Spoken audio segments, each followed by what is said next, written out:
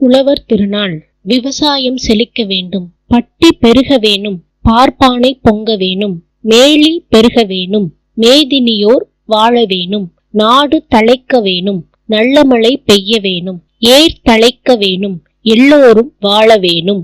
இந்த பாடலின் பொருள்: சிவபெருமானிடம் வேண்டுகிறார்கள்.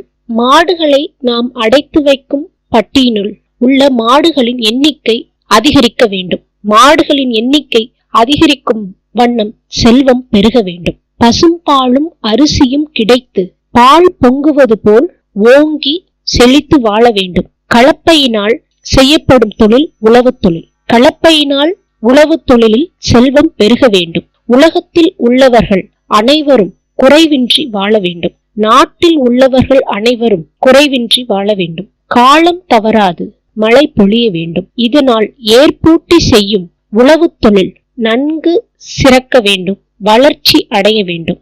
உலக மக்கள் அனைவரும் சிறப்புடன் வாழ வேண்டும். சிவபெருமானே அருள்வாயாக.